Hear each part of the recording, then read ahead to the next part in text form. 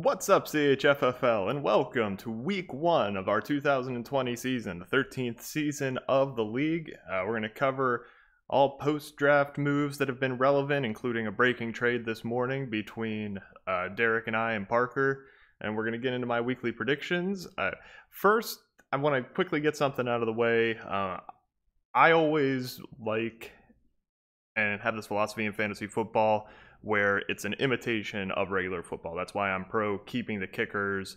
I'm pro 3 teams from each conference make the playoff rather than the top 6 teams, because I like it to kind of imitate the NFL. And I briefly had the idea that since this is kind of our pregame ceremony for the week of fantasy games, that I would imitate the NFL by every week asking for a moment of your time to something political or social issue and what I think about it.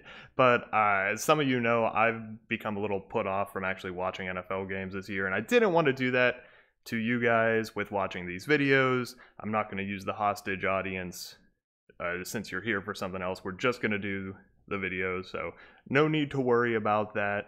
Let's move forward. So good ads were made after the draft. I like Wes picked up Bryan Edwards. I'm missing my D there, but I liked Edwards in the 15th round. I was between him and Paris Campbell as somebody I wanted to kind of keep and hold on to. I think he could be a big surprise.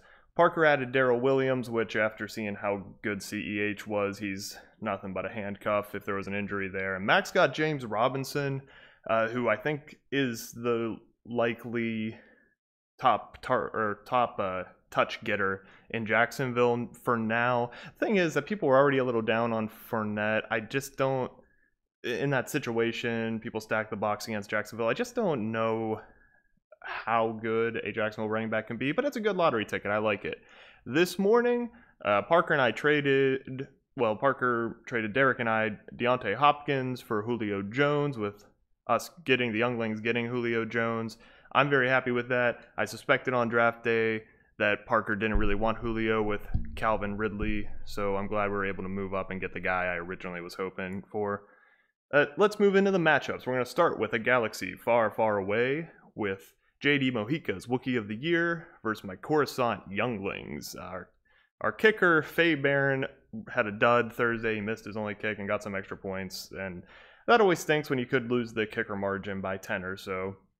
For JD in his debut game in the CHFFL, the question is, can Boston Scott fill in for the injured Miles Sanders? Sanders is not going to play today, but JD does have the handcuff. I expect less production from the less explosive Scott. I am going with the younglings. I think Derek and I are going to take this one. It could be closer, though. It could come down to Evan Ingram on Monday night. I just think our running back advantage is too much with that Sanders injury. Of course, week one, and this will be a theme throughout the predictions, especially with the COVID offseason, is very unpredictable. It's kind of interesting that the Kansas City-Houston game went about how everybody wanted. Maybe training camp and preseason are overrated. This could be the best argument for just getting rid of some preseason games if all the teams come out and are fine. But next, we have the Tuscan City Raiders versus the Kittle Run in under 12 parsecs. I do love that name. For Wes, Mecole Hardman kind of busted on Thursday. I think he only had 1 catch, but Patrick Mahomes solid as always. Marty has a great matchup for the Eagles defense this week against the Washington football team, and the reason that's my note is I just don't see an advantage for him. He should be able to obviously score more than Hardman, but at every other position, Wes dominates this matchup, so I have to go with Wes as my pick. Moving on to Kareemed by the Sith versus the Brad Bannis football team. Because Brad has still not updated his team name, I will be referring to it as the Brad Bannis football team until he does. So the Sith got 46 points from David Johnson, Tyreek Hill, and Butker the kicker on Thursday. For Brad, we're going to be watching that he drafted both Ronald Jones and Leonard Fournette to see who's going to, hopefully one of them, his hope is that one of them just takes the job and is the bell cow for Tom Brady. It's going to be interesting. He's starting Jones week 1, I think, and that kind of makes sense with Fournette coming in so late, having to learn the playbook. I'm taking Minnie in this one. With the unpredictable week 1, I'm following the guy who got the Thursday points. Moving into football flicks, we have Show Me the Money versus Zero Fun, sir. And already with these two teams, we see that the Star Wars conference is a much better theme. I like the name so much more, and we only have 5 out of 6.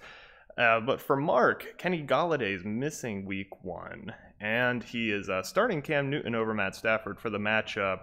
I like Cam this year. I have him as my QB2 in a Superflex league, and he has the good matchup with Miami this week, but it's interesting to start him with all the unknowns of how that offense will look. Parker has the rookies, J.K. Dobbin and CeeDee Lamb, starting week 1. Rookies normally have a little bit of an adjustment period, and with the short training camp, I'm sure Parker doesn't like having to rely on those guys early in the season. I'm taking Mark partially because of that. I could see one of them busting or not having all the touches out of the gate, even though Mark's a little weakened right now. Moving on to Cliff Franklin's Sticky Hands versus Coach Boone's 5th grade sissy. Swan, the Sticky Hands, Will Fuller had a good game on Thursday, 19 points. The interesting thing for me is watching DeAndre Swift in Detroit. It's his first game, and Swan is starting him. I feel like everybody who kind of reached for these rookies, and not reached, I mean, it makes sense, but with the short end offseason, who knows? CEH went right in and was the bell cow out of the gate. Maybe Swift will be too. We'll see what happens there. For Max and Betts, their team has Christian McCaffrey. There's not too much else to say about it until we see some of their later picks maybe develop more than they thought. But I'm taking Swan in this one just for depth overall. And finally, my game of the week is the Icebox's Little Giants versus the SCLSU Mud Dogs. Grant got a good start, 42 points from 2 players on Thursday. And I like this. I love game of the weeks that have a lot of Monday night players, because then everybody's waiting for that result if all the other games are finished. There are 5 in this one. It's a good chance for Stan to start strong, especially with Ben and James Conner going against the Giants on Monday night. That's a good matchup. And you know I rank Stan pretty low in my preseason rankings. It would be nice for him to get a good momentum building first game. And then I always like the matchup of quarterback versus receiver. Grant has Juju and Stan, of course, Ben. I'm taking Grant because of my theory in week 1 of following the Thursday points, but I do love this matchup, and I think it's going to go down to the Monday night stuff. Thanks for watching, and best of luck, everyone. Remember, $15 for Team of the Week this year. We'll see you soon.